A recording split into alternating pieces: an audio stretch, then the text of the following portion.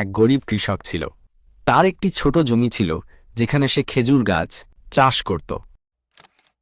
পরিবার চালাতে তার কষ্ট হতো, কিন্তু সে আল্লাহর উপর ভরসা করত। একদিন সে দেখে তার জমির পাশে এক এতিম শিশু খেজুর গাছের নিচে দাঁড়িয়ে কাঁদছে। সালেহ কাছে গিয়ে জিজ্ঞেস করে, বাবা, তুমি কাঁদছ কেন?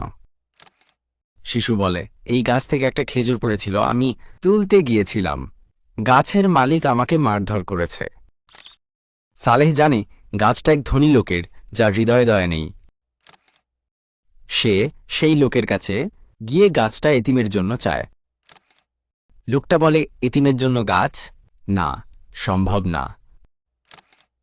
তবে একটা শর্তে দেব, তুমি যদি তোমার সব জমি আমাকে দাও, তবে এই গাছটা তুমি নিয়ে যেতে পারো। সালেহ কিছুক্ষণ চিন্তা করে, তারপর বলে, আল্লাহর সন্তুষ্টির জন্য যদি একটা খেজুর গাছ এতিমকে দিতে হয়, তাহলে আমি আমার জমিও ছাড়তে রাজি আছি।